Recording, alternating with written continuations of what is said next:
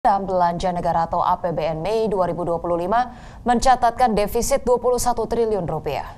Menteri Keuangan Sri Mulyani Indrawati menjelaskan bahwa pendapatan negara sepanjang Januari hingga Mei 2025 mencapai 995,3 triliun rupiah.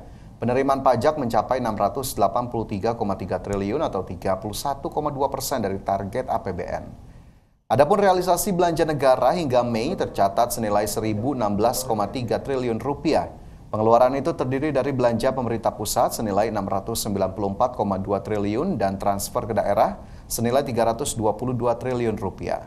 Nilai belanja yang lebih besar dari pendapatan negara membuat APBN mengalami defisit 21 triliun rupiah.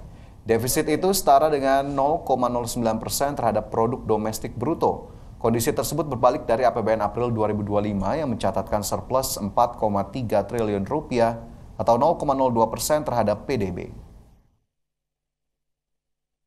Undang-Undang APBN menetapkan defisit total nanti adalah 616 triliun. Jadi ini 21 triliun masih sangat kecil, tapi kita terus akan memantau perkembangan pelaksanaan APBN. Ya, kita ke informasi lain. Pemirsa, pemerintah sudah memutuskan status kepemilikan 4 provinsi yang belakangan menjadi polemik. Pemerintah menyatakan keempat pulau tersebut diputuskan masuk wilayah administrasi Aceh.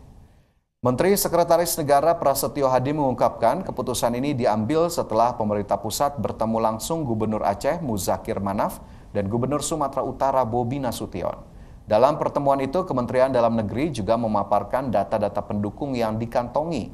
Pemerintah juga berharap keputusan ini mengakhiri semua dinamika yang berkembang di masyarakat. Pihaknya mengatakan Presiden Prabowo Subianto memerintahkan agar meluruskan isu yang berkembang, khususnya terkait informasi adanya salah satu provinsi yang ingin memasukkan 4 pulau ini ke wilayah administratifnya.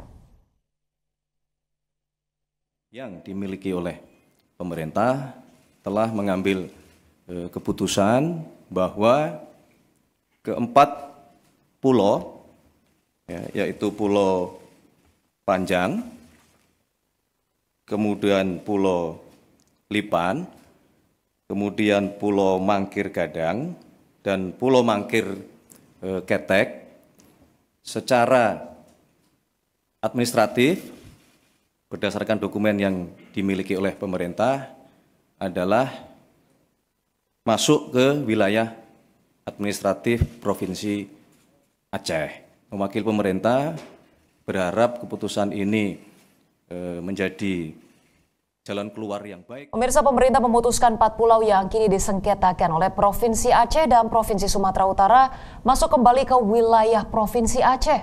Adapun keempat pulau tersebut yakni Pulau Mangkir Kecil, Pulau Mangkir Besar, Pulau Panjang, dan Pulau Lipan.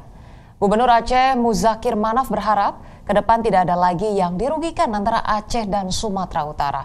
Muzakir mengungkapkan yang terpenting keempat pulau tersebut masuk ke dalam wilayah NKRI. Bahwa pulau tersebut sudah dikembalikan kepada Aceh. Jadi mudah-mudahan tidak ada yang dirugikan, juga Aceh dan Sumatera Utara.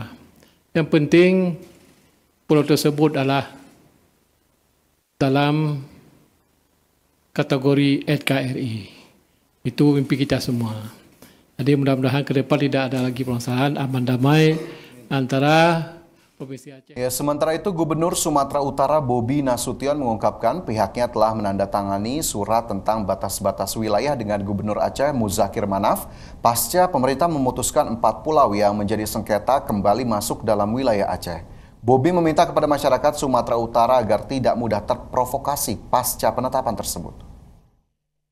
Baru hari ini kami, mungkin saya dan Pak Gubernur Aceh, yang hari ini menandatangani surat tentang batas-batas wilayah.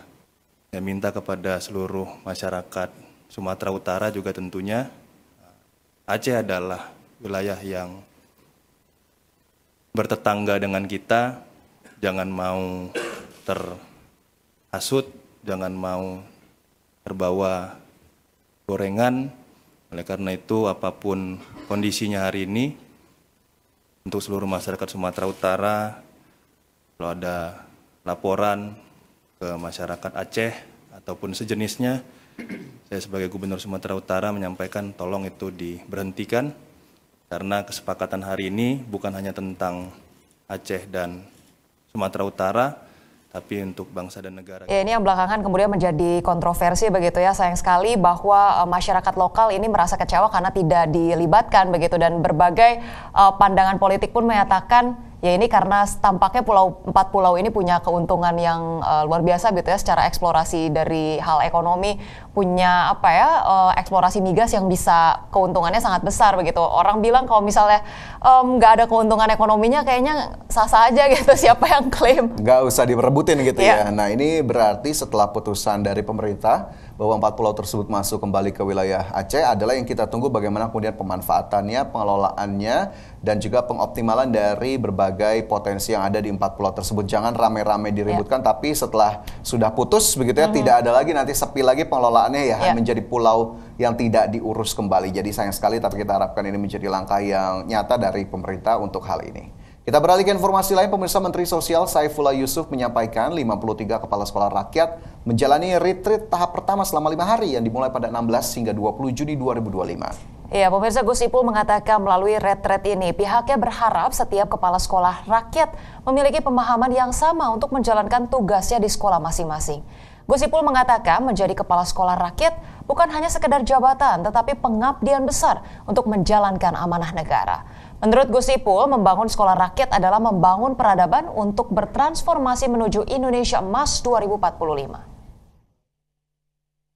Ya, tidak ada permintaan secara khusus dari Bapak Presiden, tapi kita menyadari betapa pentingnya ya memberikan pemahaman yang utuh tentang sekolah rakyat ini kepada para kepala sekolah yang sudah terpilih melalui proses dan mekanisme yang telah dibuat. Jadi intinya kita ingin ini semacam tim, meskipun mereka kepala sekolah dari berbagai daerah, tapi mereka pada dasarnya adalah satu tim yang tidak bisa dipisahkan. Pemirsa, sebanyak 12 warga negara Indonesia mengalami luka ringan dalam kecelakaan balon udara di Provinsi Aksaray, Turki. Insiden ini juga menewaskan 1 orang pilot berkewarganegaraan Turki.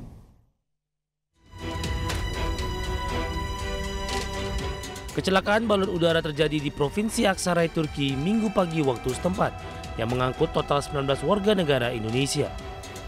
Insiden tragis ini menyebabkan 1 korban jiwa, seorang pilot warga negara Turki, sementara 12 WNI dilaporkan mengalami luka ringan. Kementerian Luar Negeri menyatakan kecelakaan terjadi akibat perubahan arah angin secara mendadak saat balon berada di udara. Direktur Perlindungan WNI Kementerian Luar Negeri Juda Nugraha menyampaikan seluruh korban luka telah mendapatkan perawatan di rumah sakit setempat dan kondisinya kini membaik. Balon yang digunakan diketahui membawa 19 wisatawan asal Indonesia sebelum mengalami gangguan cuaca di ketinggian. Perubahan arah angin secara mendadak menjadi penyebab utama kecelakaan yang merenggut nyawa sang pilot Turki itu. Adapun KBRI Ankara langsung turun tangan dengan berkoordinasi bersama otoritas Turki untuk memberikan perlindungan dan pendampingan bagi para WNI terdampak. Seluruh korban luka saat ini telah dipulangkan dari rumah sakit dan tengah dalam perjalanan menuju Istanbul. Mereka jadwalkan kembali ke Indonesia pada malam hari waktu setempat. Berbagai sumber ada di channel.